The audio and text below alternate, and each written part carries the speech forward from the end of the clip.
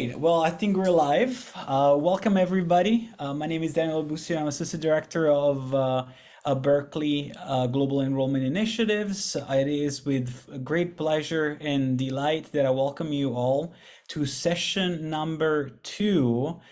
This is a session organized between Berklee College of Music and Education USA Carabobo, Venezuela. Thank you so much, Education USA, for making these events possible. We have a number of participants in this session number 2, and we're going to be talking about optimizing your practice routine and preparing for a live audition. So if you're a musician or if you're looking to be a musician and establish your career in industry as a professional, this is your chance to learn it from industry professional how to set up an audition, how to prepare for it and be successful. And when we say audition, in this case, we mean any audition, an audition to be part of a gig, of a performance, or a recording project, or an ensemble, or a Berklee audition, or a conservatory audition. All right, so I would like to introduce the guest before we get into the depth of the presentation. So first of all, I would like to introduce my colleague Gerson de la Rosa. He's the Global Enrollment Initiative Assistant, and he's an incredible percussionist. Then I would like to go back to slide number 2 and introduce my colleague Susana from the Education USA Carabobo, Venezuela office. How you doing, Susana, today? Hi Daniel, how are you? Hola a todos, un saludo a toda nuestra audiencia hispanohablante.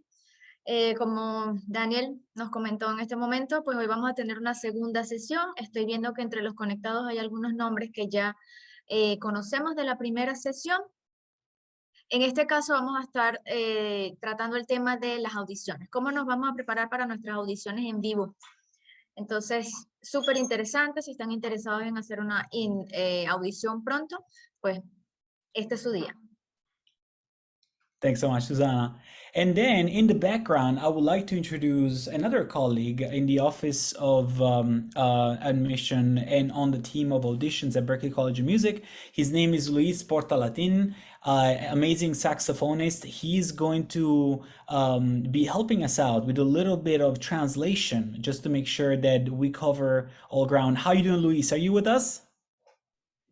Hi, Daniel. Hi. Hola a todos, mi nombre es Luis Latín, soy de Puerto Rico y es un gusto y un placer estar aquí con ustedes y ayudarlo con todo lo que es la traducción del inglés al español.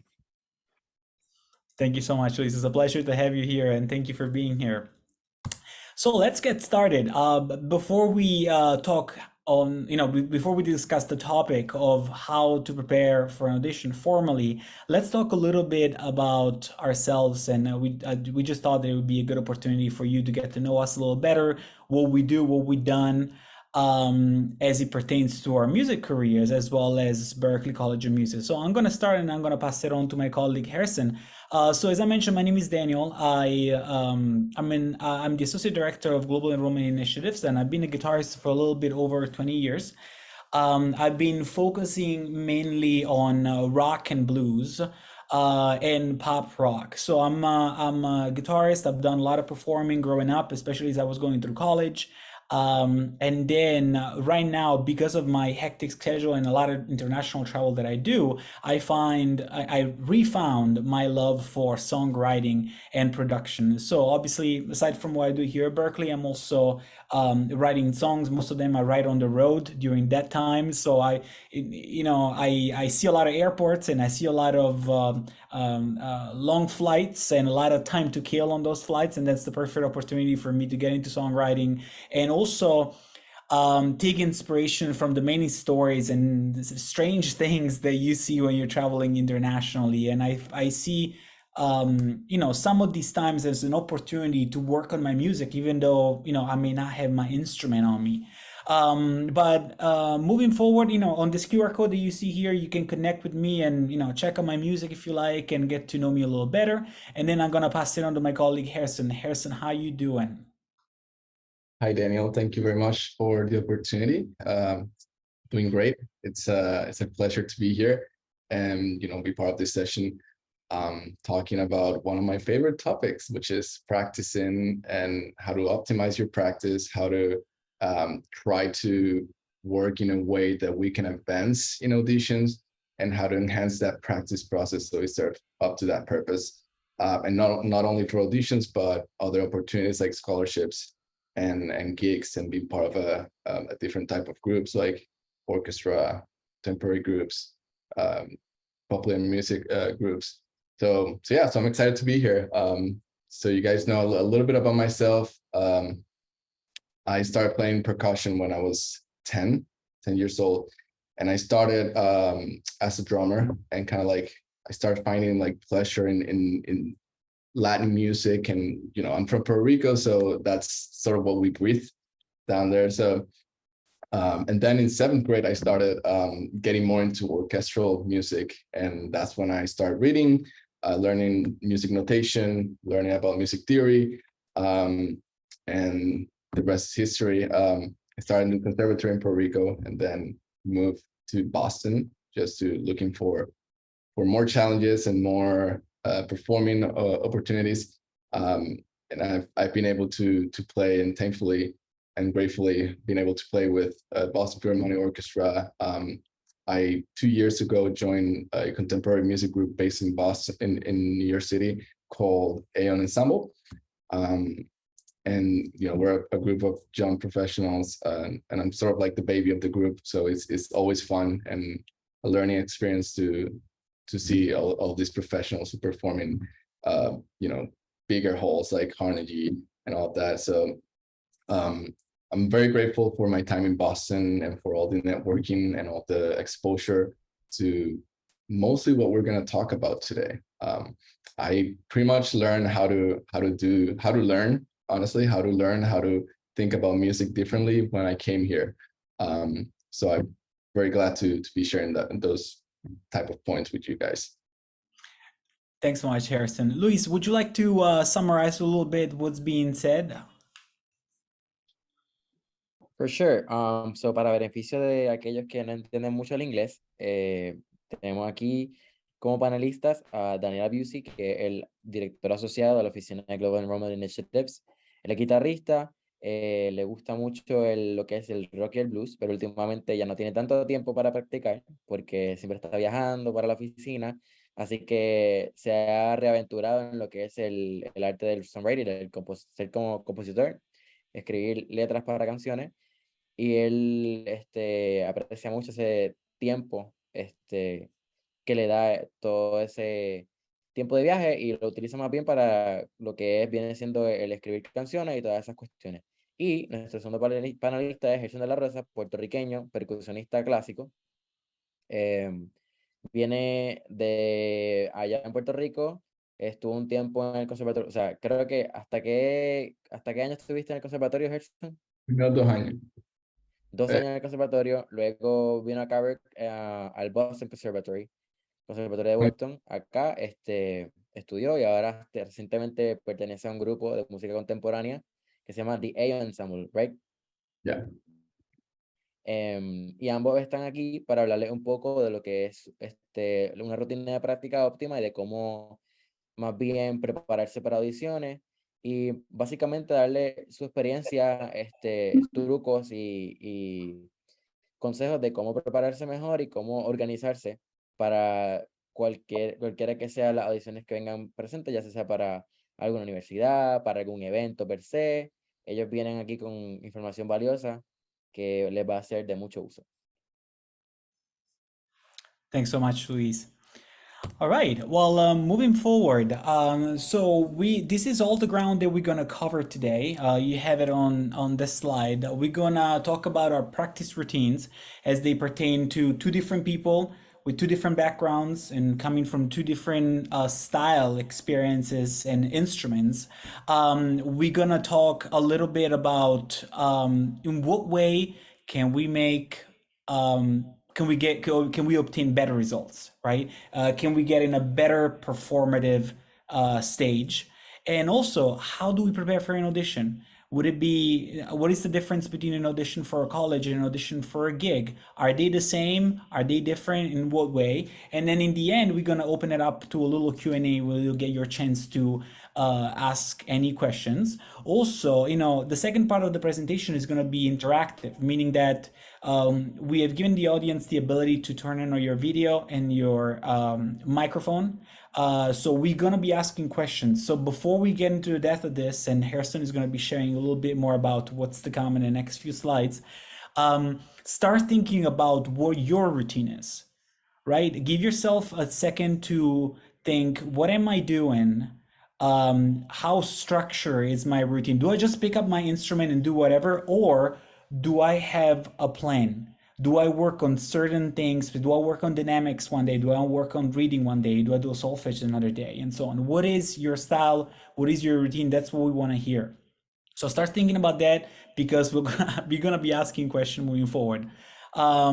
Before I pass it on to Gerson, maybe it's easier if I pass it on to Luis first. How does that sound? Sure.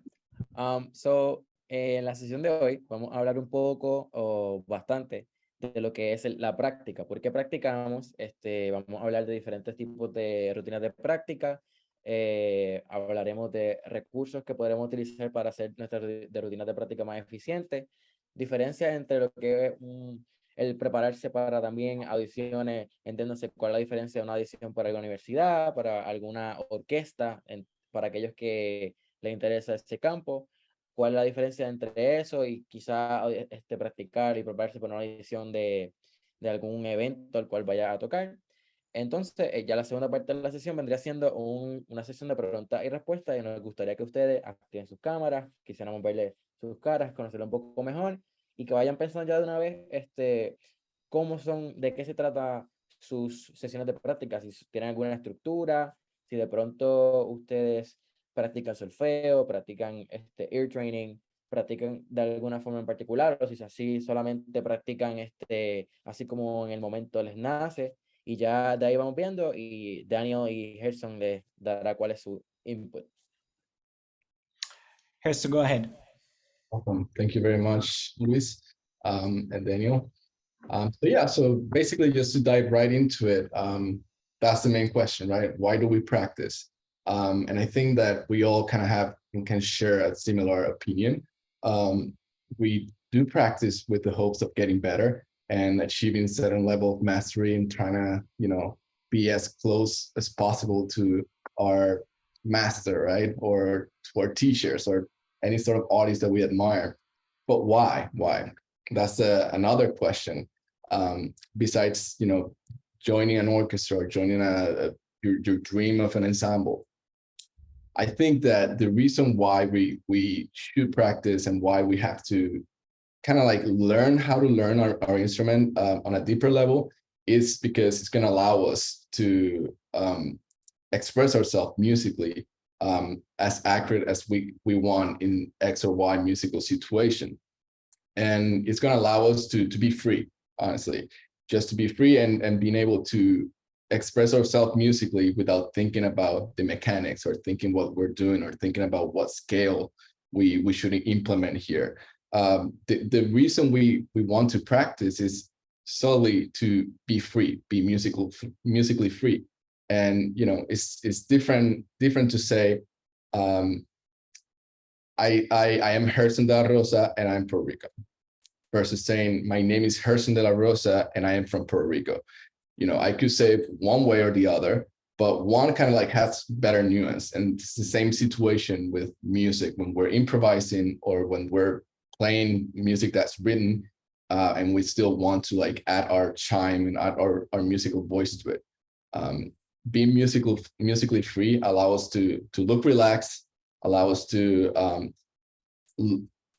hopefully pass auditions, because the more relaxed you look, the more organically you play, the harder it's going to be to argue against your performance as a panelist, as a member of the jury. You can go ahead with that, Luis. Claro. So que la pregunta del momento es ¿por qué practicamos? Y pues todos llegamos al consenso, todos lo podemos considerar obvio que uno practica para ser mejor músico. Pero más allá de practicar para eso de entrar a alguna orquesta o practicar para mejorar, lo que el compañero Gerson nos está queriendo decir es que nosotros practicamos para poder ser libres, para poder expresar nuestro libertad artística de mejor forma, para poder expresarnos en nuestro instrumento de una manera más libre y natural, y que es esta libre expresión que viene a consecuencia de práctica lo que nos va a permitir ser más exitosos en diferentes contextos, como lo es un evento en el que estemos tocando o lo que es una audición. Lo que la intención de nuestra práctica, más allá de mejorar por mejorar, o más allá de ganarnos alguna audición o X cosa, debería ser o sería muy útil para nosotros que fuese el poder ser libres a la hora de tocar, que sea más natural. And Gerson, I like a lot what you said about being able to saying the same things into different ways. One has got a little bit better nuances, and one, would be your second choice. And that's exactly it. I think, practicing gives us a chance to work on our muscle memory, first of all, so that we can look relaxed, so that we can not worry too much about execution, but it just becomes something natural during a performance or during an audition. Also, one more thing is, obviously we strive to make things as good as possible. Like, we go for perfection, even though, like, perfection, doesn't exist, because what's perfect for me may not be perfect for you or somebody else, right? But even when you play one note, I see a lot of folks trying to, like, play hard pieces and, put all this work into learning like something very complicated. The reality is, when we play one note, there's a number of very complicated nuances that, you may be able to hear or perceive or not, right? There's dynamics, there's the amount of effort that you put into playing that one note, right? There is tone, there is sound. All of these things should be a part of your practice, right? We can all play a note or three notes or a million notes, right? We can all practice and get there. But the question is, how much work are we going to be putting into working on these nuances that make the difference between musicians? Why is he somebody, or why is he considered a great guitarist and somebody else may not be? Or, sorry, when I say guitarist, it's because I'm thinking from a guitarist perspective, but I mean musicians, right? What makes the difference between a good musician and a great musician? In my opinion, it's the nuances. Aside from the training, is their ability to perceive and bring those nuances to the next level. And before we continue on, Luis, maybe like just hopefully just a little summary of that.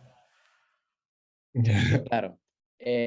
Pues hablando en cuanto a los beneficios de lo que es el practicar, estamos hablando ya de que el practicar es beneficioso porque nos permite ser nosotros mismos, y poder expresarnos de la mejor forma como músicos.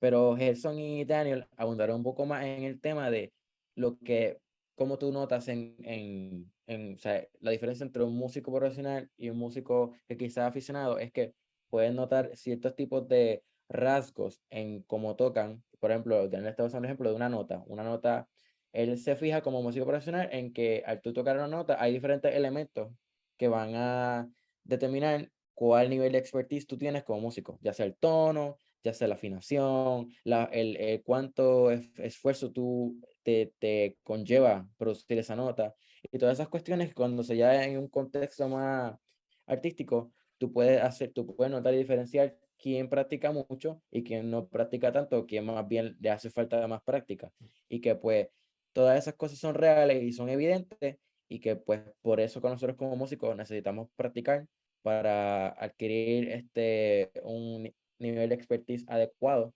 Daniel comentó acerca de cosas como lo que es la memoria muscular, y así hay muchas otras cosas que más adelante van a abundar y que son cosas que forman parte de la rutina práctica y que debemos que tener presente para así poder llegar a ese nivel en el cual al tú tocar una nota, todos esos elementos que componen esa nota ya se dé natural, que se sepa que eres un experto en lo que haces porque practicaste.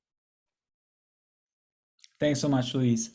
So moving forward, this is the open space for us and our audience. So this is the time where I would like to encourage you to think about what do you do to practice? How do you practice? And we're gonna start with Gerson, who's here. And Gerson, I'm gonna ask you, how do you practice?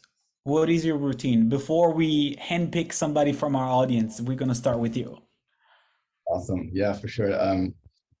That's a question that I'm looking for every time. I'm looking for a deeper and deeper answer, without losing my mind, of course. It's just a lot to practice. There's a lot of stuff that we would like to be good at as a, prominently classical contemporary musician.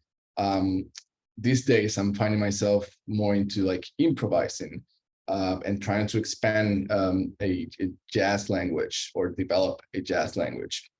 And I think that's in general, as a rule of thumb, just looking for yourself, like looking for different ways to expand your musician toolbox is the main idea. I don't know if you found yourself, and actually, Luis, if you want to translate that before I go to the next point.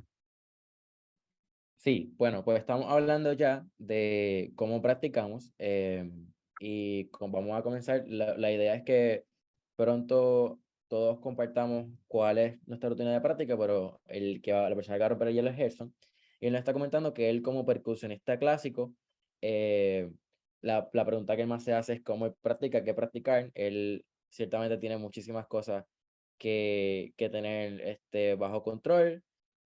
Hablemos de técnica, muchísimas cosas, pero últimamente él está observando más cuestiones de lo que es la improvisación, por eso de agrandar, expandir más bien su caja de herramientas como músico. Y sí, se me queda algo, Gerson. No, that's great. That's great. Awesome. Perfect. Yeah. So there's another question, and that is, I don't know if you guys have found yourself in a situation, performance or rehearsal or recital, hopefully not recital, but in which you're in the moment and you start doubting about your own like technique and the same stuff that you've been doing for a while, and maybe like your own interpretation of a piece of music, that gives you the freedom of inserting your own musical colors. I don't know if something that's happened to you, definitely to me. And the way I look at it is just a simple window of opportunity, for knowledge check. Usually when we're practicing, performing, and auditioning, those are three different beasts, I like to call it. But they still give us feedback about each other. The way that we audition tells us about the way that we practice. The way that we perform tells us about the way we practice to perform. We practice to perform, we practice to audition. There's a different process. And yeah, I mean, you can take on that, Luis. Claro, pues Gerson nos comenta que en esto de la práctica hay muchas ocasiones en las cuales él se cuestiona cuestiones de, por ejemplo, la técnica, en eventos en los cuales él está practicando una pieza y él siente algún tipo de inseguridad en cómo tocó esta pieza, cómo se expresa a través de ella, y él les pregunta a ustedes si alguna vez se han identificado con este sentimiento, y que él también les comparte de que él en su proceso se ha dado cuenta que el practicar para lo que es, o sea, el practicar, o sea, como tú tocas una pieza mientras practicas, como tocas una pieza mientras estás en una audición, y como tocas una pieza cuando estás ya tocando en un evento, esa misma pieza tiene tres diferentes tipos de connotaciones. Y que esas tres connotaciones hablan de sí mismas. Por ejemplo, como tú tocaste esa pieza ya en el evento, va a hablar de cómo la practicaste. Como tocaste esa pieza ya en la audición, también va a hablar de cómo la practicaste, y que una cosa se nutre de la otra. Y pues, Gerson. Yeah. And of course, there's other stuff like that would absolutely help our process for auditioning. For example, on a personal level, the key to a successful audition is to make sure there's a balance between exposing myself into the audition process as much as possible and having fun. So the way I try to implement this is by emulating the audition process in its entirety, right? So we call those mock auditions. And that's nothing but an opportunity to make yourself purposely nervous ahead of time. And it's an opportunity to get a feel of a hall, like how was the acoustic of that place. Playing in different halls or different acoustics will absolutely help you. The moment you walk into audition and you start hearing an echo of your own steps, that, you know, those don't make you freak out. Yeah, so auditioning, it's a very interesting conversation. It's a very interesting phenomenon, but making sure that you start playing for people that you know, that you're very comfortable playing around, friends, maybe non-musical friends, and expanding that audience to more professionals and even teachers. And, you know, hopefully you can ask 8 people to come listen to you, and you feel confident about doing that. That kind of approach is going to make you way more confident at the time of performing in front of people, which, you know, sometimes some people are more comfortable performing than auditioning, and vice versa. And that's the beauty of it. Like, we want to find out what you personally do, and how do you deal with these scenarios, because there's nothing written in stone or religiously made that say this is how you audition. So the more we learn from each other, the better. So I think on that note, you can translate that for us, and then we can just pass it on to our guest. Claro. So, dentro de ese tema de cómo se nutre el practicar para una audición y el practicar para un evento en sí, una de las técnicas que utiliza Gerson específicamente para practicar para una audición es esto que llaman mock-up audition, que es una audición que tú estás haciendo pero que es falsa, una audición para ti, para tú ir preparándote para el nerviosismo que puedas sentir en ese día, tú ir como proyectándote a ti mismo en cómo será ese momento en el cual vas a estar así de nervioso, y así de esa forma ir aclimatándote a esos nervios. Entonces, una técnica que él utiliza es en su audición, él la toca para, entiendes, amigos, personas que no necesariamente sean músicos, y ya más adelante, cuando se sienta más cómodo, a ese público y puede añadirle otros maestros, otros compañeros músicos, y de esa forma ya él se va aclimatando a los nervios que puedan traer la audición, y ya cuando llegue el momento de la audición, pues ya va a tener bastante seguridad en sí mismo como para poder ejecutarla y que sea lo más óptimo y eficiente. And I'm gonna share just a little something about myself. So aside from being a musician and a guitarist, I come from boxing, right? I did a few fights growing up, and actually not too long ago. And I feel that a lot of what I learned practicing for years, you know, in boxing can be applied in the field of music. You know, for example, an audition or a fight, you know, it's a stressful event, and it's something that you need to prepare for, and your ability to succeed depends on how much work you're willing to put in it, right? So my trainer used to say all the time, train hard, fight easy. If you train hard, you will fight easy. If you don't train as hard, it's gonna be a tough fight, you know. And that's the same, in a way, that's, I feel like it can be applied to an audition or a performance. It's all about how much out of your comfort zone are you able to step out as you're preparing for this, right? So one of the things that I do, for example, to prepare for a concert or performance or an audition, some event where I know that I'm not going to be at my top level of comfort.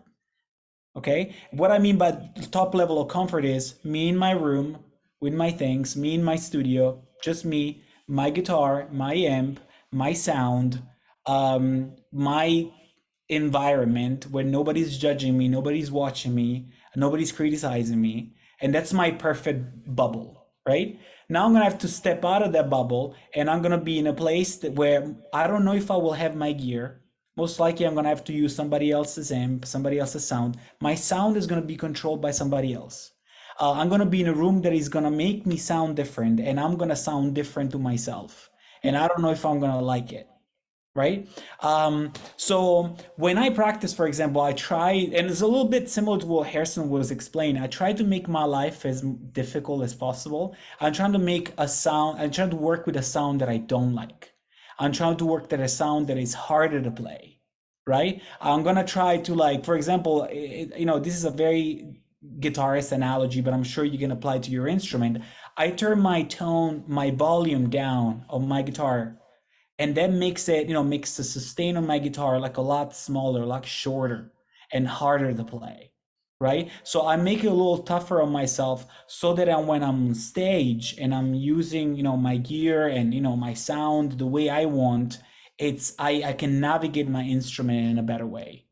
But it's only by going through this hardship of the preparation and to make things harder on me as I prepare that I'm going to be able to move on to the performance and the audition with a little bit more confidence.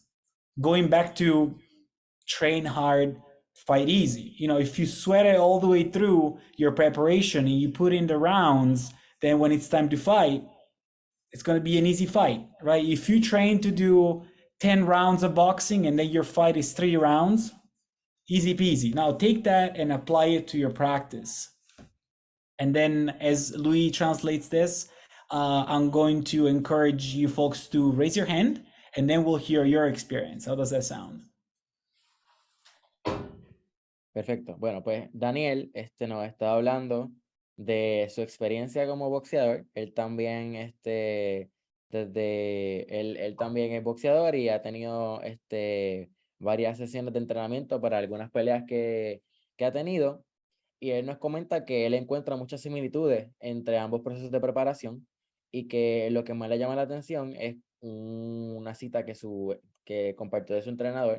El entrenador le dice que entrena fuerte y pelea fácil, y que a él le hace mucho sentido, y partiendo desde el punto que está trayendo Gerson, Daniel nos comparte cómo él en muchas ocasiones se hace consciente de que muchas veces él practica en su lugar cómodo, entiéndase su cuarto, donde tiene su guitarra seteada, tiene su amplificador y todos sus pedales, y él piensa en que en muchas ocasiones él se va a encontrar en situaciones en las cuales él no va a estar con esas comodidades, así que él adrede se incomoda a sí mismo, quizás cambia el lugar que le rodea, quizás a su setup de guitarra, no estaba comentando que él le bajaba el volumen a la guitarra, cambiaba el sustain de su pedal y se dificultaba un poco más su proceso de práctica para él acostumbrarse a ese sentido de incomodidad, porque él está consciente de que en muchas ocasiones él no va a estar cómodo. Y ya estamos hablando del cómo practicar para la audición, y ya la audición en sí es un proceso muy incómodo.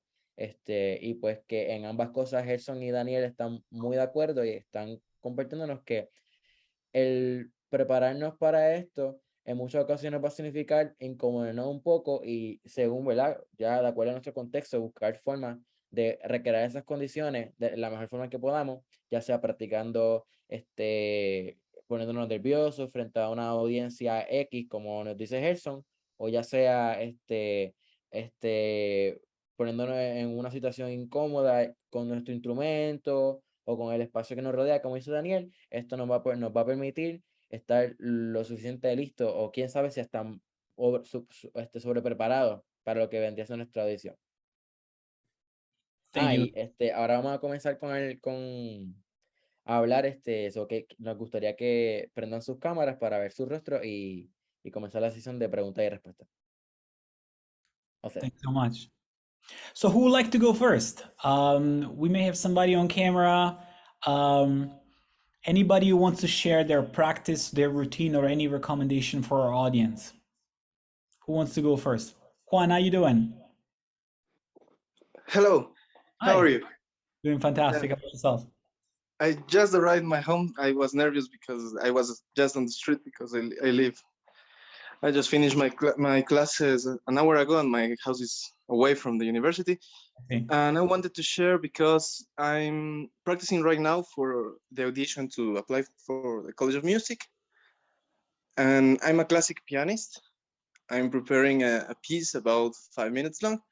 So how I approach my practice sessions. Normally, I separate about 2 or more hours with a piano, so I can deep dive in my piece, practice those little changes, those little techniques of interpretation that can drastically change how the piece sounds. So Right. first, what I like to do is go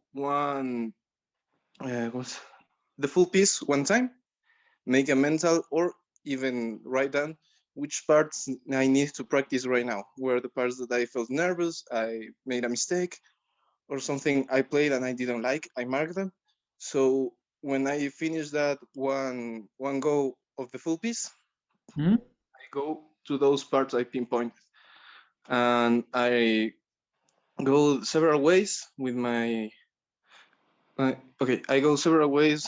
I approach differently depending on the part. If it is a difficult arpeggio, I first try to find the best position for my hand and try to articulate, separate the arpeggios. Try first really slow, really staccato, kind of hit in the piano. So I can implant that on my muscle memory. Once I finish all that parts I pinpointed, I try once more the piece full, one go. Then I stop. Then I stop. I don't know. I stretch. I walk. Finally, and then I approach the next piece for about 2 hours minimum, maximum 4 hours, because I have a condition in my hand, so I cannot practice too much. I have to practice just the right amount. I see. Mm-hmm. All right. Well, Juan, thanks so much for sharing. That's very detailed, and actually, you touched on some nuances there. Gerson and I will be able to go over. Practicing scales is one thing. Practicing tone is another. Practicing your sound, getting your sound out of your instrument. This is all part of practice, right? So, and it's interesting because I think different folks have a different conception of practicing. If you ask somebody, just picking up your instrument, that's practicing. Whereas, for a lot of musicians, having a plan where one day you focus on one thing, or 1 hour your day you're focusing on reading, and 1 hour you're focusing on sound and scales and rhythm and so on, having a much better what am I looking for? Approach where you know what you're doing versus just picking up your instrument. Seems to be the most productive way to go about it. Yeah, and it's great as well. I like the comment about not practicing too much, like, or more than you feel like you need, because you're setting yourself for success. If every time you practice you're feeling frustrated, or you feel like you reached your learning plateau, you're probably not gonna feel as encouraged the next practice session. So establishing, like, breaking down problems into realistic solutions is a big part of keeping the momentum of your practice, which will lead to the discipline of it, and then you'll get to a point where you're gonna feel weird if you don't practice. Yeah. Well, you need to love the grind. Yeah. No, Yeah. it's like you need to get to the point where you want to practice because you have you have a goal in mind, and it's not, something or somebody forcing you to do so, right? Yeah. Let's see if we have somebody else in the audience that wants to share their experience before we will move on with the presentation. How does that sound? Anybody else who wants to share their practice routine? I think Juan wants to say something. I wanted to add something I forgot, and you reminded me when you mentioned scales, is to get my kind of theory and the basics of my instrument ready. I always separate about 20 minutes to warm up with scales or arpeggios. Uh, Depending on how well stretched I was before, because I do stretches. I cannot make the comparison. We are like sportsmen with like you did boxing, David. I also did martial arts. We need to be physically prepared. We can't get hurt like any professional, in sports. And the warm up is really important. Also, I kind of separate, since we have 12 Since in the piano I have 12 different combinations of keys, 12 chromatic keys, I used to do about 2 or 3 per session each week in the 20 minutes I have.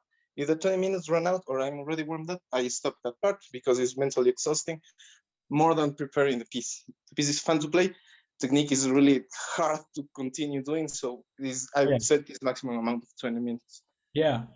And another thing that I enjoy doing, if you look at my profile of Instagram, you'll see that I'm a huge guitar lover and I love to buy new guitars and I have a passion for vintage guitars, right? So I buy a lot of guitars and it gives me the chance of going through different instruments. And I do feel that every time I pick up a new instrument, it's like a brand new experience. And they also it kind of like brings up the level of discomfort because it's a new instrument. You just don't feel like you're able to play as well as your old one or the ones that you used to. And I think even that being able to switch from, and you have the same experience when you go to a practice room and you may not be able to play your own instrument, right? Or in your audition when you come to Berklee and you have to play the drum kit that you find in that room, for example, right?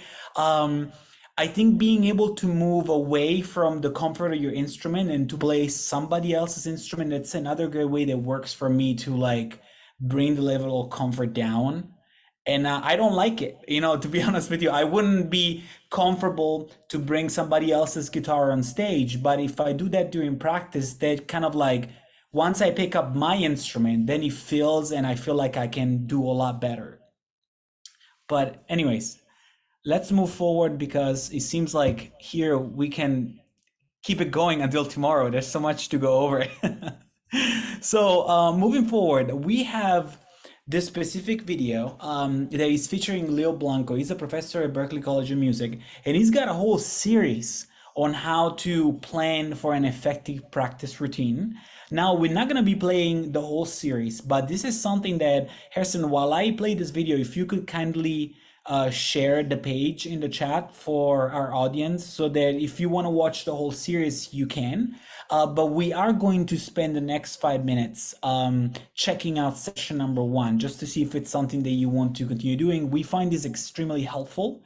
So without further ado, let me exit the screen so that I can do into this other screen sharing right here. Please enjoy this.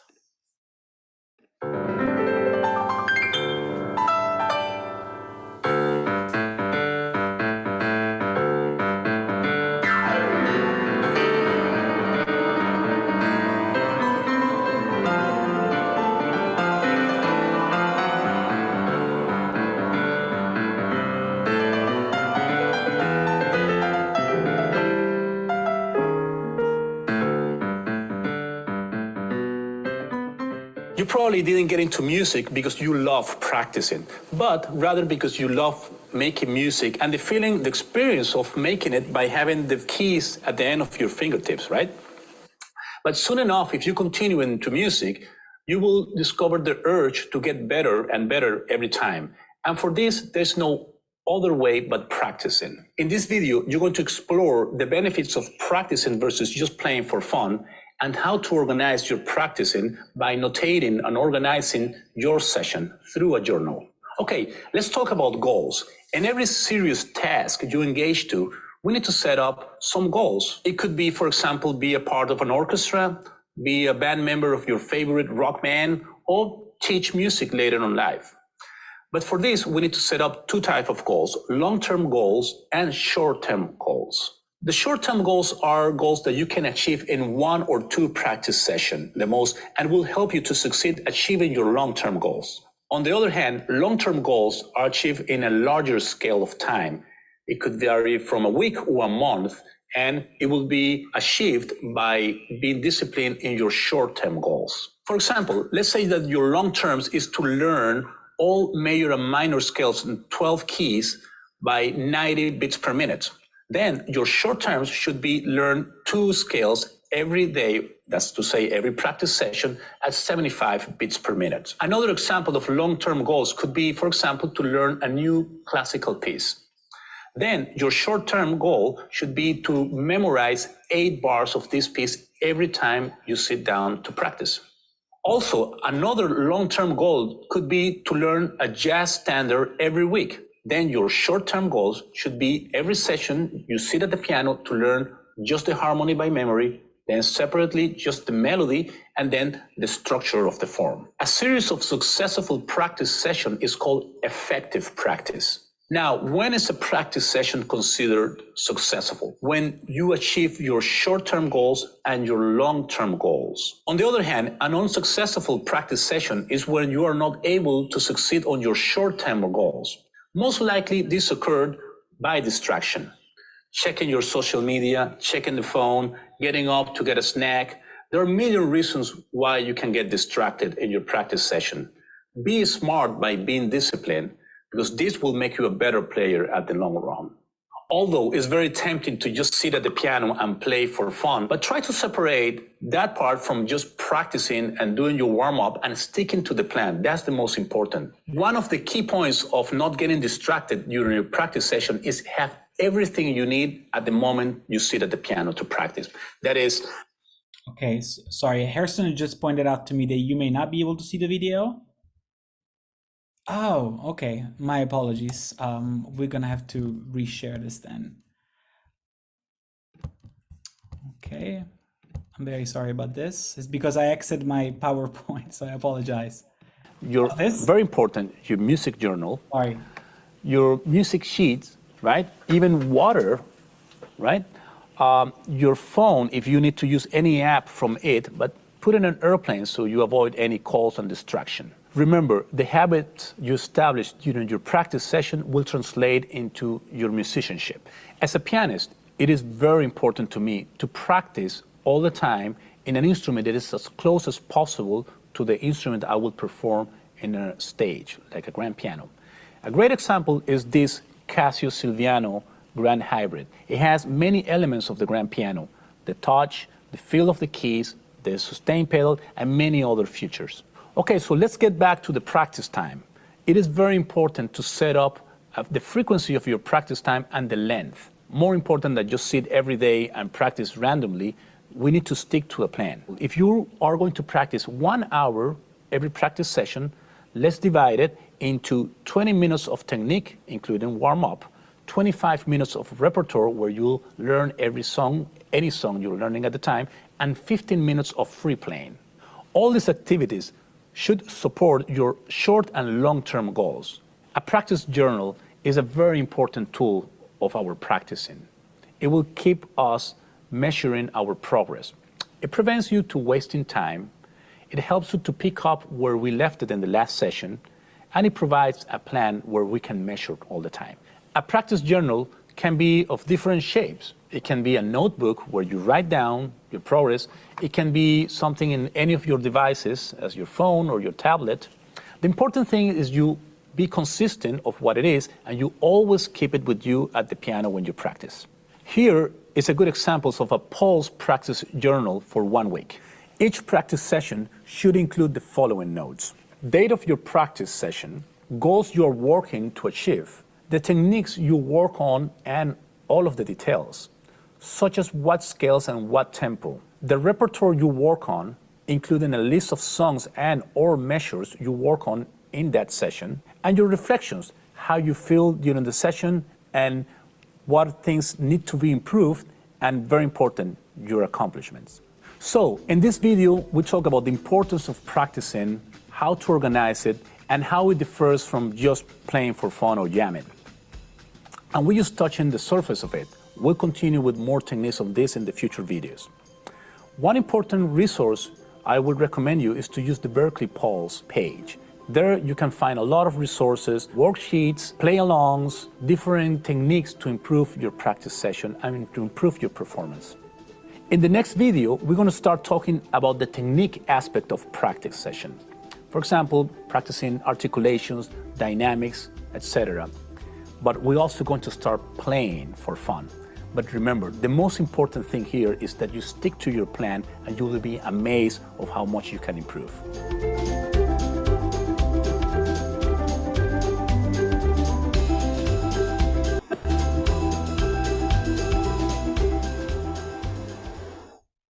All right. Can you see my my PPT? Fantastic. So there's two things that I think they're a really good takeaway from that presentation, and I apologize for not sharing the screen, and I'm sorry that you missed the first half of the video. But the two things that I really appreciated, first of all, is the structured approach to practicing, where he knows exactly what he's getting into and how he keeps a log of the things that he's. This is not something that I should even, I mean, I should get better at, you know, thinking about it. When I look at it, I never kept a log, and it's something that it's very effective as you approach a more structured way of practicing. And then the second takeaway for me was, I mean, we all here to practice, and this is great, but don't forget to play and have fun. You know, and this is something that Gerson was saying, like, you should not be practicing to the point where you're, you know, you hate your instrument. You should practice to the point that is making you better, and then switch to having fun and play your instrument, because that's what we're here to do. Any other takeaway, Gerson, that you got from this video? Yeah, I mean, just following that thought, that train of thought, the way that our brain works when we're learning music is that the more that you're emotionally invested into it positively, the more you're gonna learn. And that's just with anything, any sort of learning. If you're not enjoying what you're doing, it doesn't matter how hard you push yourself, like, it's not gonna be as ingrained in your system as if it will be if you were enjoying it more. Right. So it's part of the setting yourself for success in every single practice session, and organizing yourself so you know where you're going, and you're feeling that progress overall. Right. Luis, are you still here with us? Yeah, I'm here with you. Oh, awesome. First, the first thing you mentioned is more into the journal and journaling what your practice session looks like, right? Ok.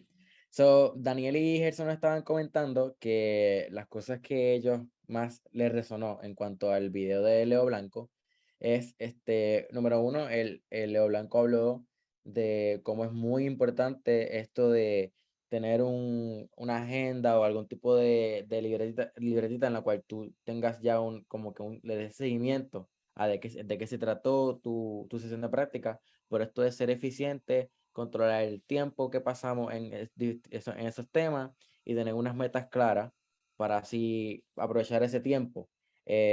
También Daniel le encantó la parte en que Leo Blanco habla de tener tiempo de tocar libremente. O sea, no todo se trata de estar enfocado en la estructura. Y también habló de tomar descansos. No podemos, como te digo, no podemos estar tocando así sin parar. Nos podemos lastimar y podemos perder pasión por lo que estamos haciendo. Y Gerson habló también de cómo para él, él entiende que la forma en que mejor podemos como acercarnos a esto de lo que es la práctica es cuando estamos ya emocionalmente invertidos en esto de lo que es la música que estamos practicando. Ya eso nos hace que el nivel de eficiencia sea mucho mayor, porque estamos ya, toda nuestra concentración y toda nuestra energía está puesta en la música que estamos practicando. So, tener todos esos puntos presentes para cuando se trate de practicar, y así hacer que nuestras sesiones de práctica sean mucho más efectivas y placenteras.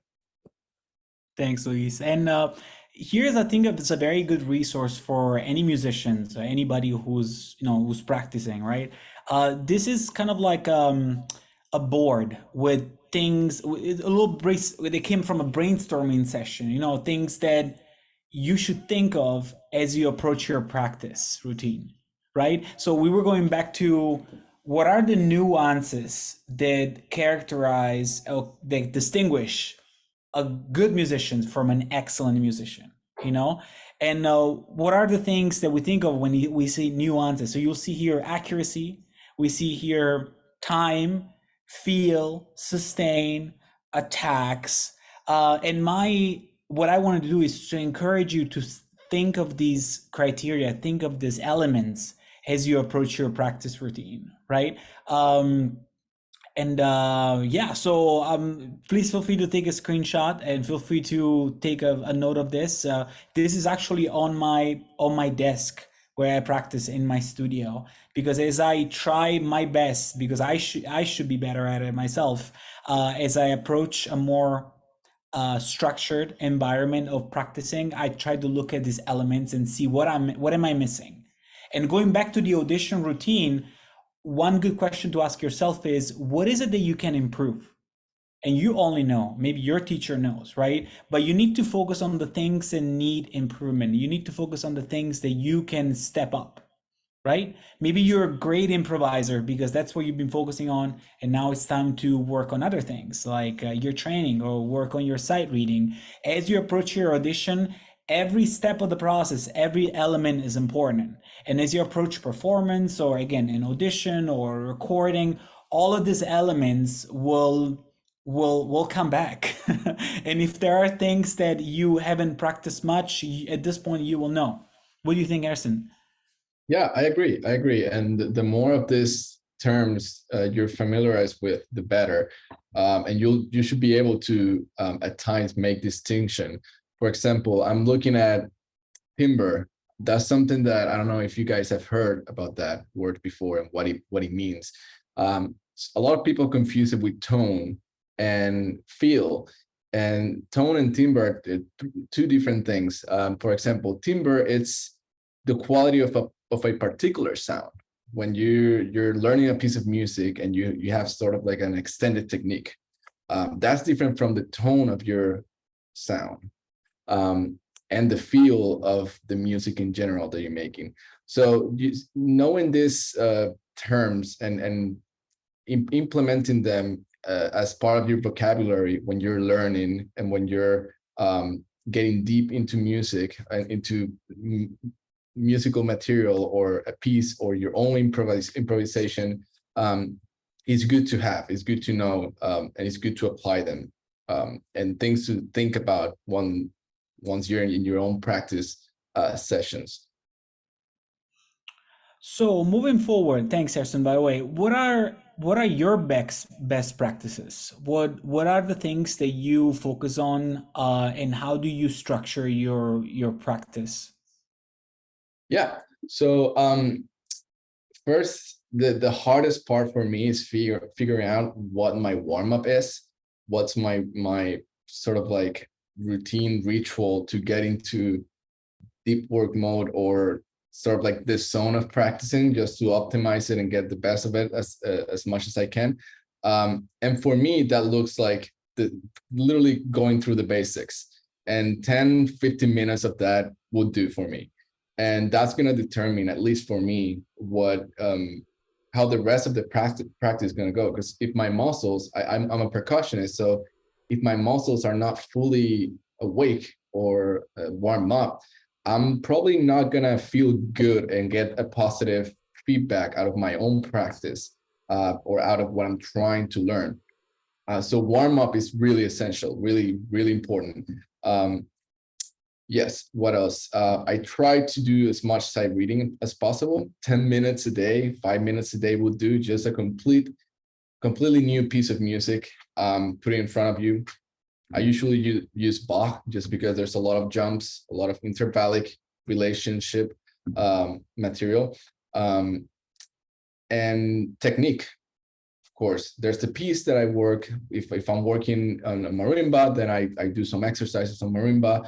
If I'm playing snare drum or drum set, or even instruments like triangle or cymbals, that you might not think that there's a process to it, and there's a process to do it well. Well, there is.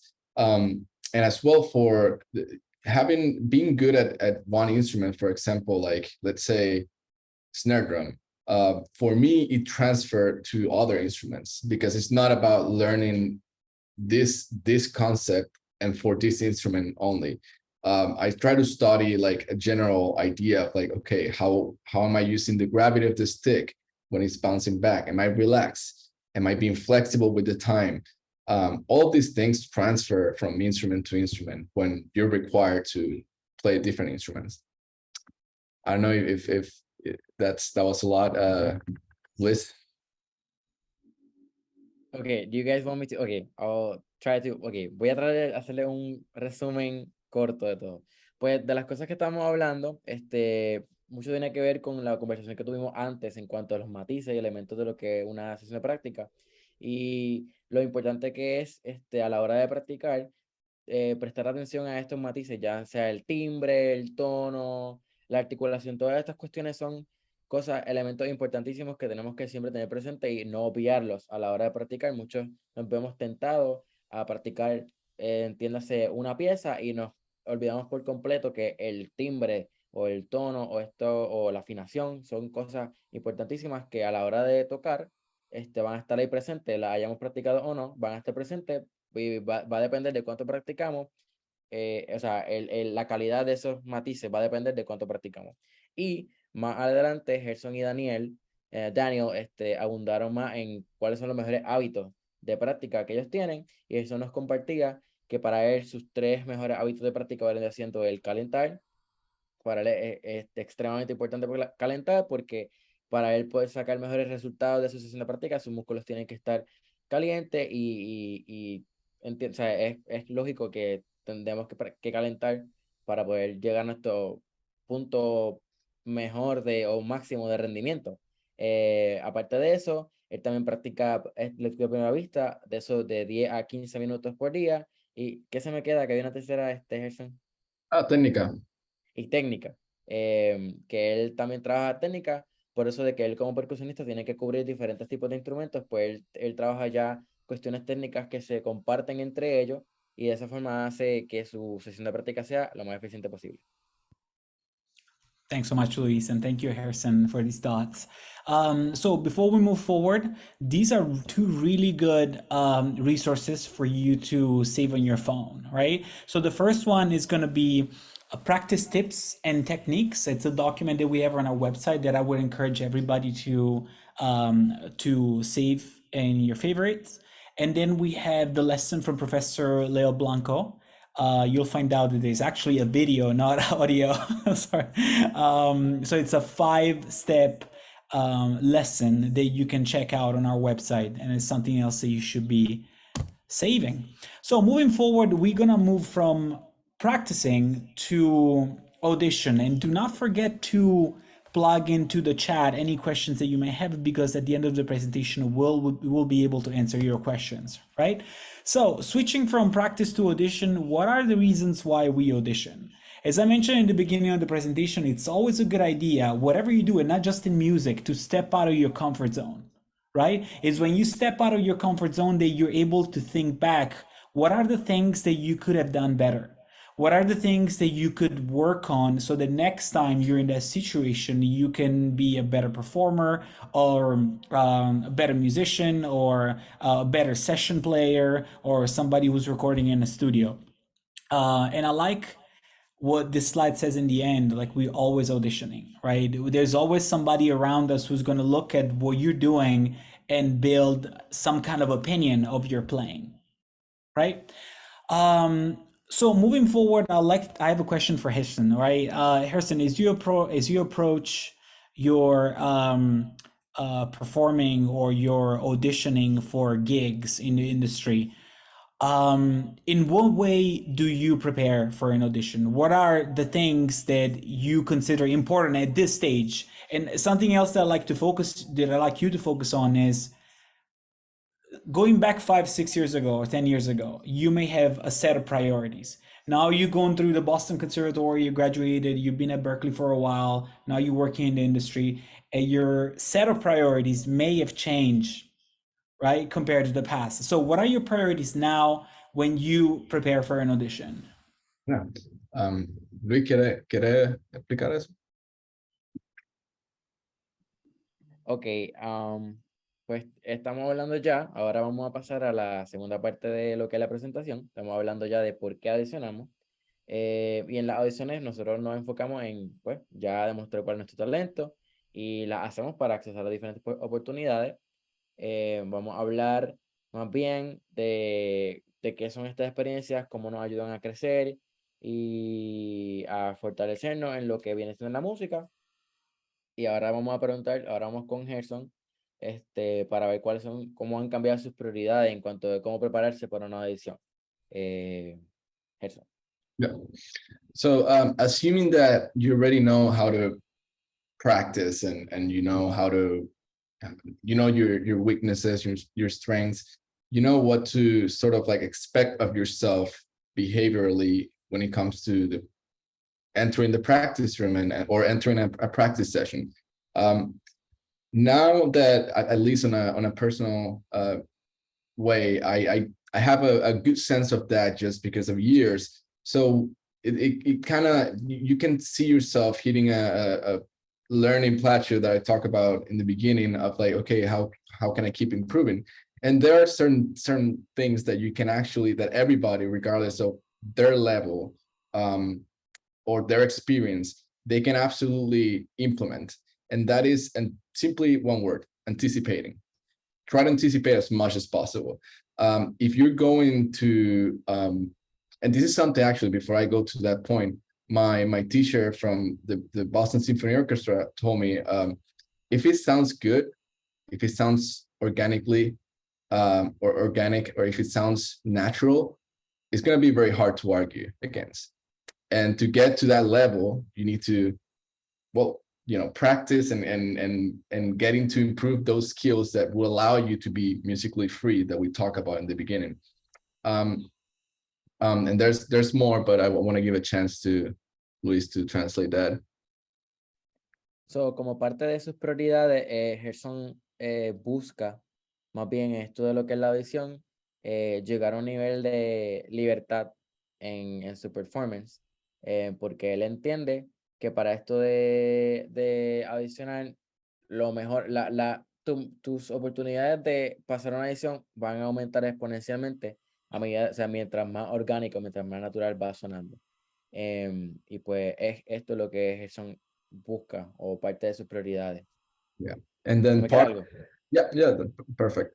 And then part of my priorities, if I'm doing a regional audition, let's say for an orchestra, and I'm going to, let's say, let's call it the New York Philharmonic Orchestra audition, which is huge. Part of the preparation will be knowing the sound of the orchestra, knowing what they look for, how their sections sound like. So same thing when you're auditioning for a band, for an institution, any sort of musical entity. Know the panel, know what they look for, study them. That way, you're anticipating being put on the spot or being asked to play something. Every single school, not every single school, but a lot of schools, a lot of regions, countries, they have their own philosophy and approach sort of to the same thing. So getting in their head is like essential, besides for personal learning, to get your foot in the game.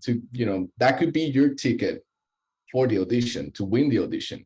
And those are extra steps that for a lot of people can seem strange or a little bit obsessive or excessive, but it definitely adds to your confidence at the time of walking inside the audition and knowing, having a clear idea of what your jury panel or audition panel is expecting to hear.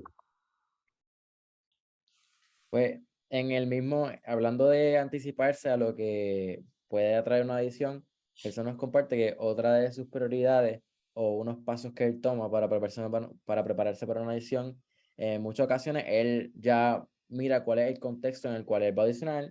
Ya él siendo percusionista clásico, él, por ejemplo, busca información de la orquesta por la cual él está audicionando, cuál es el panel, cuál es la filosofía de estas personas, cuál es entiéndase, cómo se acercan estas personas a la música que él va a audicionar. Y él, con esto les quiere compartir que en muchas ocasiones, muchos pasos que pueden parecer excesivos o extras, estos pasos pueden ser la diferencia entre lo que es pasar la audición y no pasarla. Porque a medida que te preparas y vas empapándote de a qué te vas a enfrentar, ya te estás anticipando, y cuando llega el momento de ejecutar, ya vas a estar suficiente preparado y vas a tener toda la seguridad y todos los recursos habido y por haber. Todo lo que está en tus manos lo hiciste. Así que eso es algo que podemos tener presente cuando nos preparemos para una audición.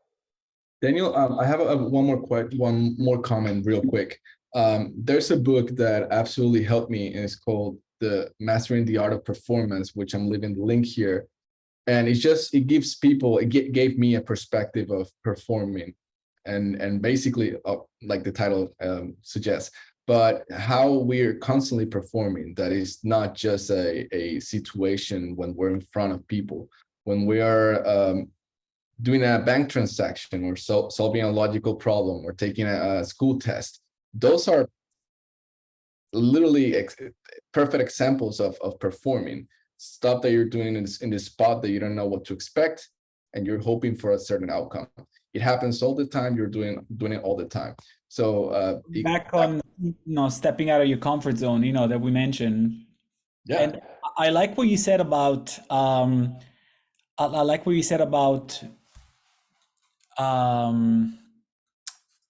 sorry, just slipped off my brain for a second.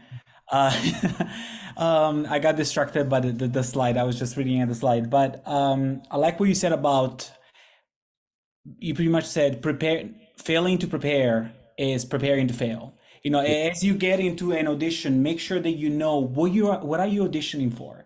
And it goes back to your preparation. When you apply for a job, this is your job, this is your gig that you're auditioning or applying for.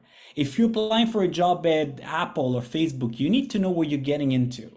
If you apply for Berklee, you need to know what Berklee does, right? You can't just be walking into the room and expect the best out of it. So finding out about that one orchestra, that one band that you're auditioning with, finding out what they do, what they've done, the historical facts of what they're expecting, is part of your audition preparation.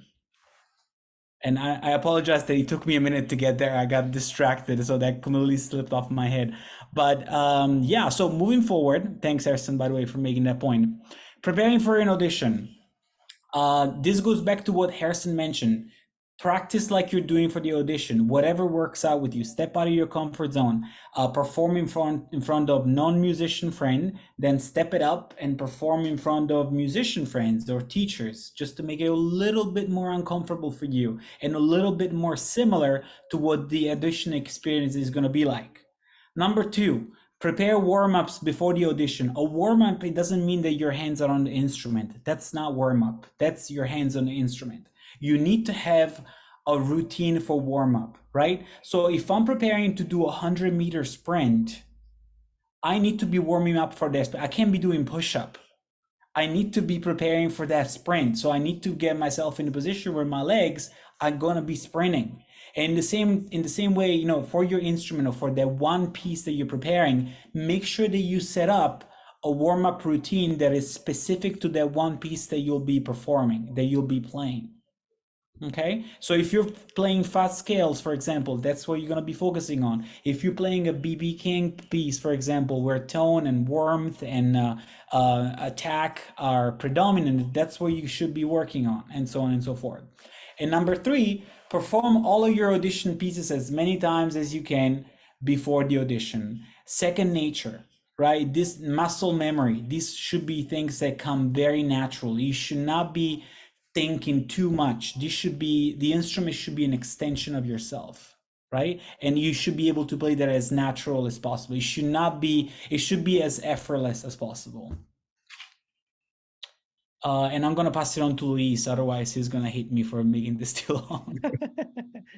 Bueno, pues como veníamos diciendo, primero en el chat pueden encontrar un recurso, un libro que le ayudó a Gerson muchísimo para aprender o ver desde otros puntos de vista el arte de lo que es la ejecución en vivo, el performance, y ahí pues en ese libro más bien le ayudó a encontrar muchas de las ideas que está compartiendo aquí. Repuntualizamos más en lo que es el prepararse para la audición, y algo que les llamó mucho la atención a ambos o a Daniel, una frase que en inglés viene siendo fail to prepare is preparing to fail, que podría traducirse como el fallar, el no prepararse, el prepararse para fallar. Y que pues venimos hablando de eso. Y Daniel, can you go back on a slide to just go walk through that? Absolutely, sorry. Entonces, pues hablando de prepararse para una audición, 3 puntos de los cuales están hablando y algo de lo cual hemos tocado un poco a lo largo de la presentación, practicar como si estuviese haciendo la audición. Ya eso lo habló Gerson más, un poco más temprano hoy, pero ajá, practicar frente a gente como si estuviese audicionando para recrear ese contexto en el cual pueden haber nervios, puedes equivocarte y así familiarizarte con eso y que no sea tan invasivo. También, muy importante, Daniel nos habló de practicar ejercicios de calentamiento para la audición. Si estás tocando una pieza que es rápida, que involucra escala o intervalo, o una pieza que tiene que ver con B.B. King, que sea más bien muy del tono o muy del timbre, o sea, practicar, o sea, tener algún ejercicio que te lleve, que te prepare para ese momento y que no llegues ya frío a la audición y que pueda pasar cualquier cosa porque no estabas caliente. Y por último, practicar la pieza que vaya a tocar o las piezas que vaya a tocar, practicarlas cuantas veces sean necesario antes de la audición, porque lo que queremos es que salga natural, no tener que pensar tanto. Ahí tenemos que como que recurrir a la memoria muscular que tenemos y pues no queremos estar adivinando o sentirnos inseguros, sino que sea ya algo que salga natural de nosotros, que el instrumento es una extensión de nuestro cuerpo. And yeah, all set. Thanks so much, Luis. Gerson, would you like to go over this slide? Yeah. So I pretty much talk a little bit about this in one of the previous slides, and this is very important just for part of the anticipatory part of an audition. And I think we have a question real quick.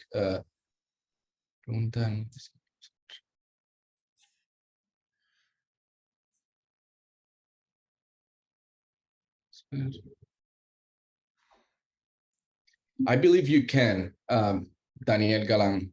I'm pretty sure you can. I think, Luis, you might know about that better. For the Berklee. Estaba hablando de la pregunta de Daniel. Yes. So are we talking about the question that Daniel is asking? Yeah. So the question is, in the audition, can I use an audio track to accompany me and be able to play my piece over it, or can I only use my instrument? Absolutely, you can play over a backing track.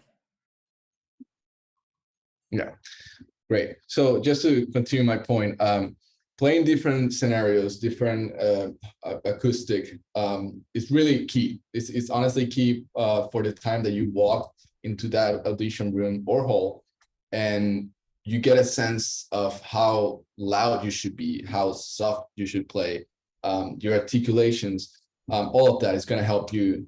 If you develop that intuition of like, and that this is part of the, for some musicians at least, of giving the extra mile in their preparation. It's not just about shredding the instrument. There's a time and space for that. And then playing for different environments and instruments, pretty much the same for orchestra auditions. At least when you go to let's say, using the same example of New York Phil, they have an audition. In their panel, there's a curtain, black curtain, so you cannot see who's auditioning. And in the other side, there's the principal for the percussion section. There's the principal of the concertmaster, the first violin. There's the principal of the oboe section. And they want to see all these musicians, they have an opinion about how to phrase. And they have an opinion about, okay, maybe it's too loud. And the effect of that audition is not based upon a percussion perspective or percussionist perspective. Learning about other instruments, for example, for me, thinking about, okay, how would a clarinet phrase this on an instrument that is not melodic? It's right. absolutely like give you an extra advantage, just because like you can absolutely sound musical on a non-melodic instrument. And that's, that's part of giving the extra mile, just like thinking globally, not just about your instrument, but also about your ensemble. Dream Theater, you guys know that band.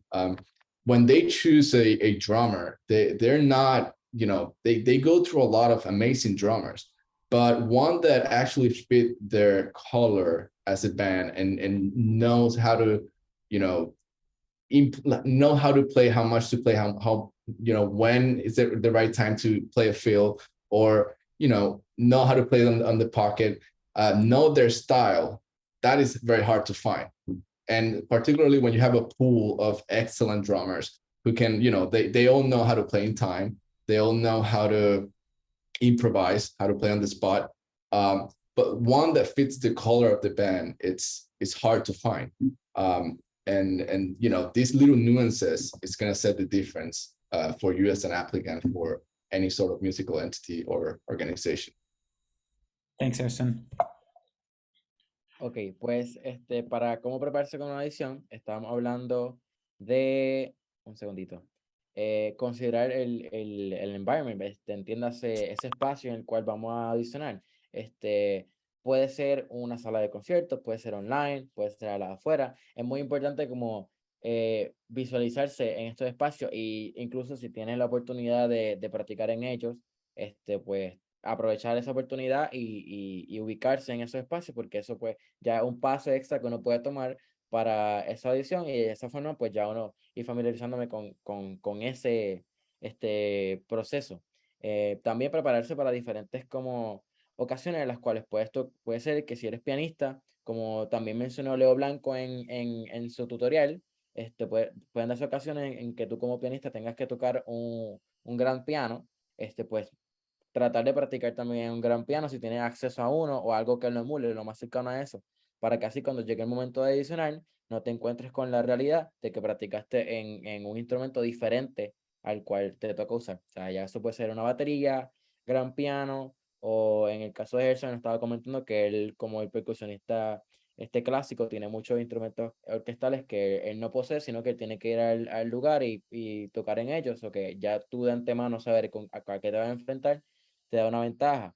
Y por último, Gerson nos hablaba de, como en muchas ocasiones, también explorar el repertorio o lo que estás preparando desde otros puntos de vista, como otro instrumento, te puede dar a ti una ventaja, ya tú explorando diferentes matices y adaptándolo a tu instrumento. Entiéndase, él como percusionista muchas veces se pregunta cómo un clarinetista podría tocar esto, cómo un violinista podría tocar esto, y de esa forma él ya puede visualizar diferentes tipos de matices y adaptarlo a ese instrumento, y eso en muchas ocasiones va a hacer que cuando llegue el momento adicional y el panel de profesores que te adiciona te considera a ti, ese panel se va a dar cuenta que todos la gente que está adicionando tienen lo básico, o sea, lo mínimo, que es el repertorio hecho de una forma perfecta, pero va a notar en ti o Gerson, que Gerson fue a la milla extra, y se familiarizó con matices que ya van acorde a la orquesta por la cual está adicionando. Gerson fue más allá y exploró diferentes matices,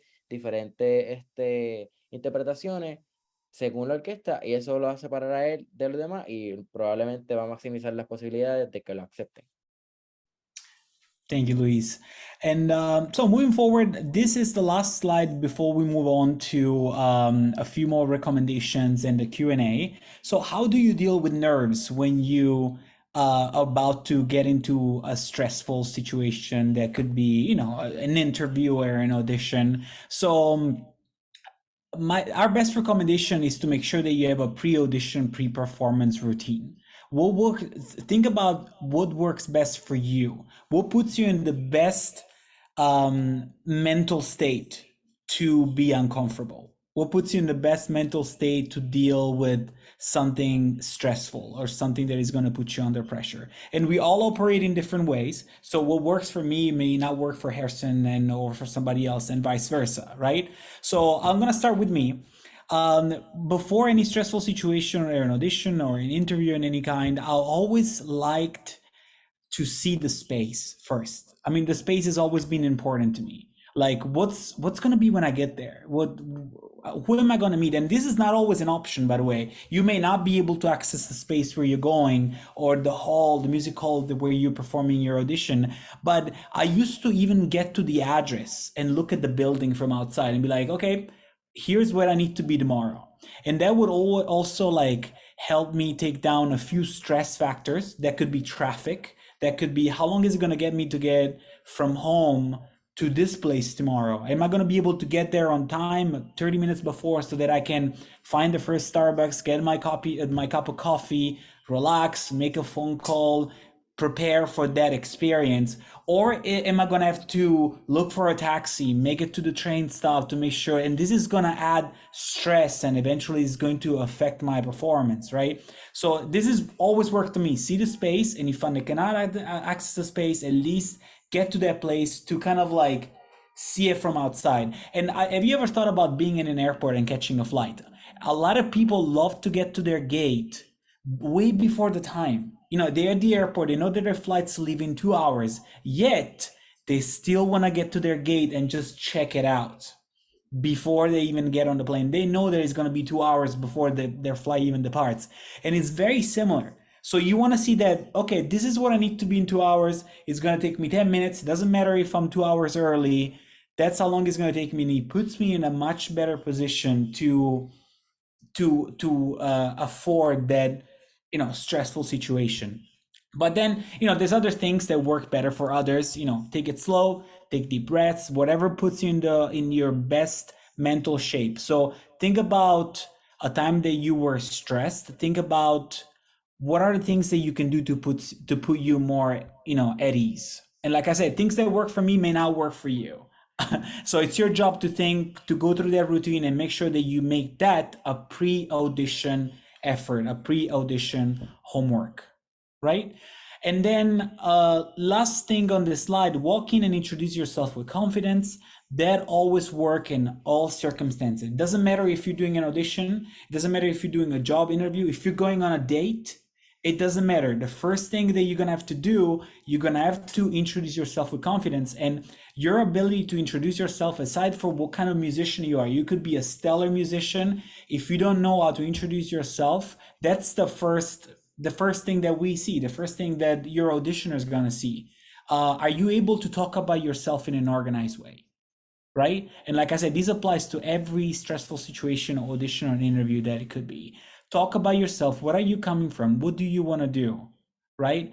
Yeah, and that would be my recommendation. I'm gonna before I pass it on to Gerson for some final recs. Luis, would you like to summarize this briefly? Sure. Ok, so ahora estamos hablando de algunos consejos para lidiar con los nervios antes de una presentación o tu audición. Y es muy importante, nos comenta Daniel, el tener algún tipo de rutina pre-audición o pre-presentación, algo que trabaje bien con nosotros. O sea, todos nosotros nos conocemos a nosotros mismos y sabemos qué cosas nos pueden ayudar a relajarnos. Pero en el caso de Daniel, una de las cosas que él considera muy útiles para sí mismo es, por ejemplo, llegar horas antes al lugar donde él va a presentarse, familiarizarse con ese lugar, observarlo y como que sentirse en ese lugar, ocupando ese lugar.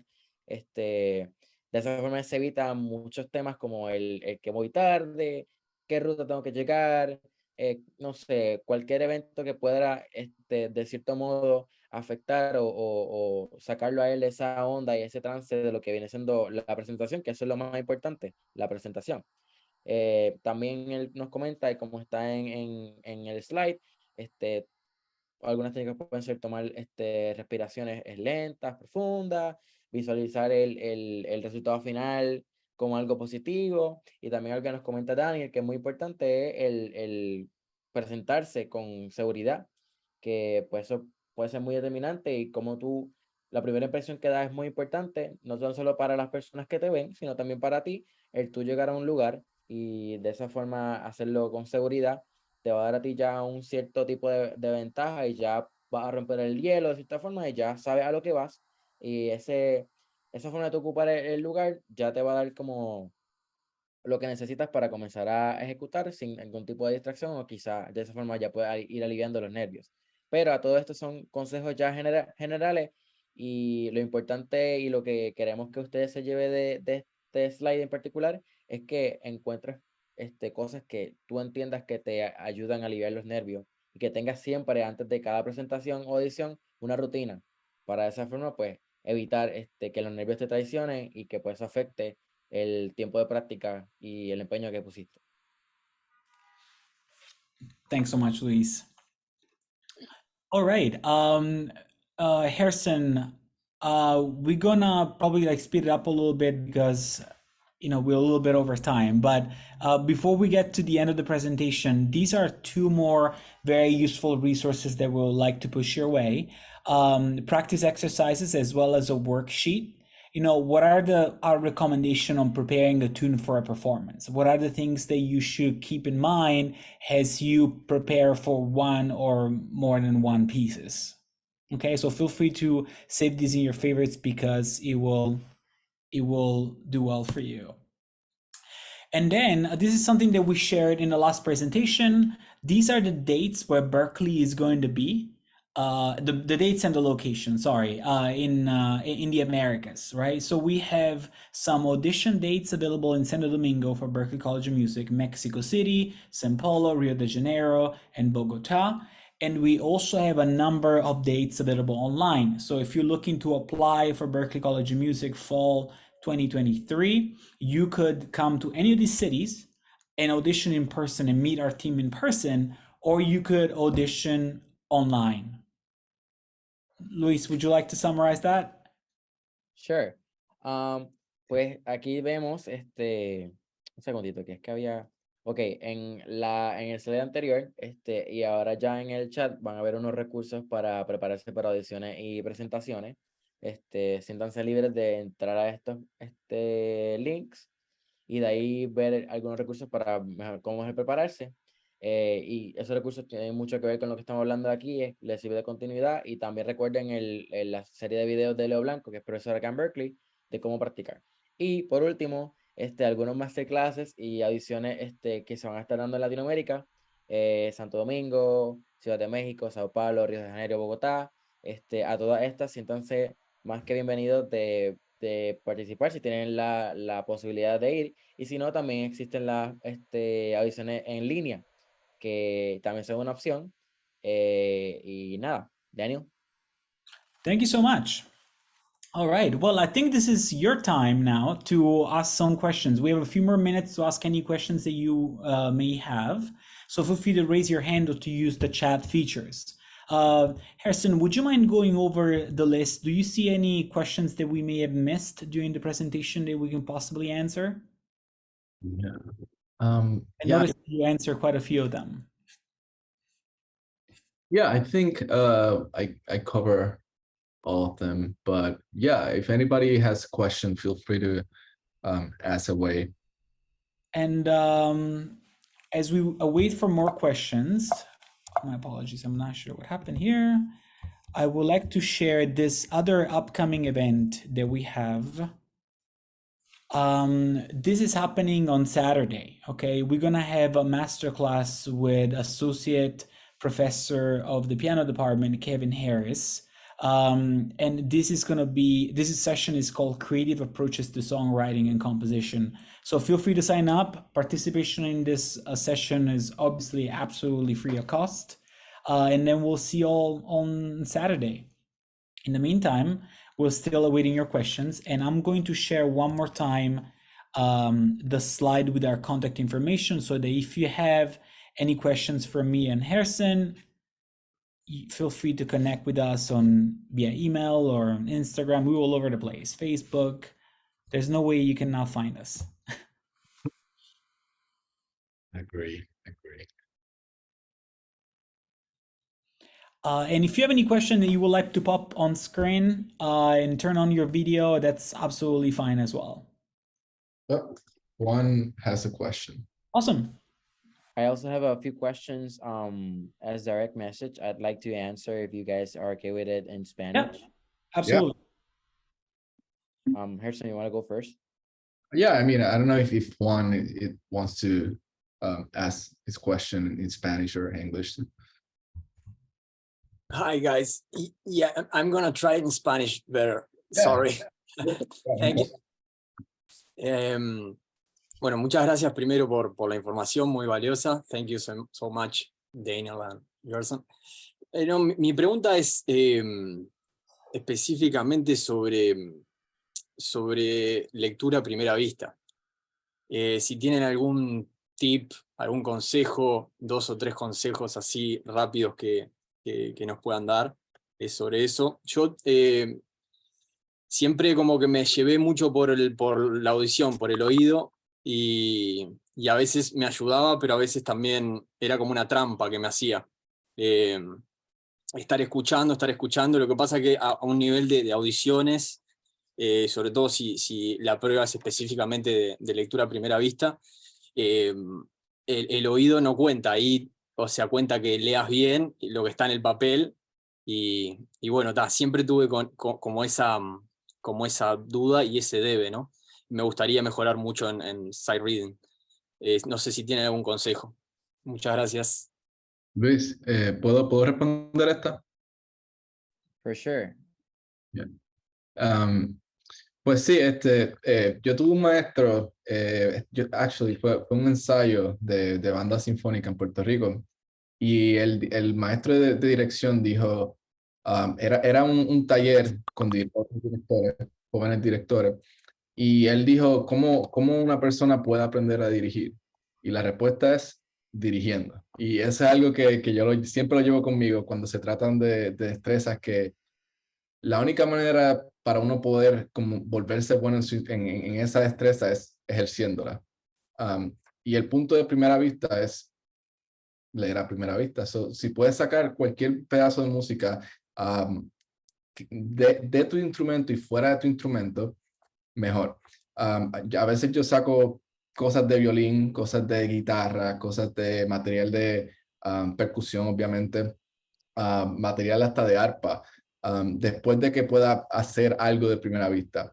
Y es bien fácil con este tema, es bien fácil uno hacer trampa y empezar a volver hacia atrás y tratar de leer las cosas. Y ya ahí pues ya uno está pues, esencialmente aprendiéndose, entra en el proceso de aprenderse la pieza per se, memorizársela. Hay ciertas destrezas, por ejemplo, para mí, que yo tengo que usar un montón de vista periferal cuando estoy leyendo, porque no puedo ver el instrumento y leer a la misma vez. Leer practicar un montón de intervalos musicales, o sea, saber cuál es el rango de tu instrumento, o sea, qué nota voy a tocar de aquí y si toco acá sin ver, lo mismo si estás acá, porque eso lo que te va a proveer es más herramientas para poder enfocarte en la música. Cuando yo estaba aprendiendo a cómo hacer lectura a primera vista, yo me veía mucho haciendo esto. Y cuando estás en un escenario de audición, el momento que tú haces esto y vuelves, ya estás perdido. Y mientras más puedes desarrollar esa vista periferal entre la música y tu instrumento, que de nuevo, que no tengas que pensar sobre dónde estás desenvolviéndote, mejor. Y para mí, por lo menos, esas son las cosas que me han ayudado. El mindset de, ok, ahora estamos leyendo, no importa cómo vaya, le damos play y no paramos. Y saber el rango y las condiciones del instrumento que estoy tocando.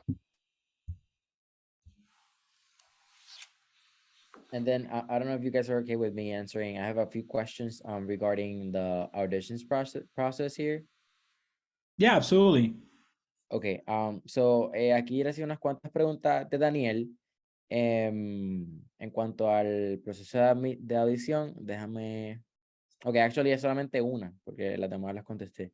Ok, pues en cuanto a la audición, una vez audicionas en Berklee, inmediatamente está siendo considerado para una beca por mérito. O sea, que esa beca por mérito se determina según tu ejecutorio en la audición.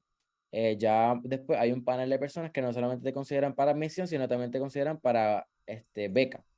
El costo de la aplicación a Berklee, tengo que confirmar esto. Tengo entendido que son $250. Daniel, the application fee is around $250, right? 150. 150, $150. ¿Y qué más se me queda? Creo que eso es todo. I think that's it on my end. Okay. So in regards to the Berklee audition, I'm sharing in the chat the manual that we have on our site. So you'll be able to look, if you're preparing for the Berklee audition, I would highly encourage you to look into what are the requirements for auditioning.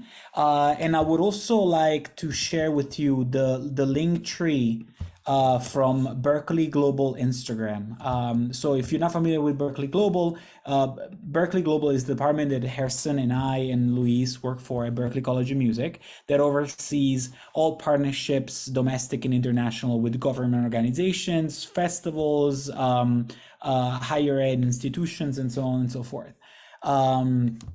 So I'm going over Instagram so that I can share with you the link tree where we have all of our events posted. Just give me 1 second.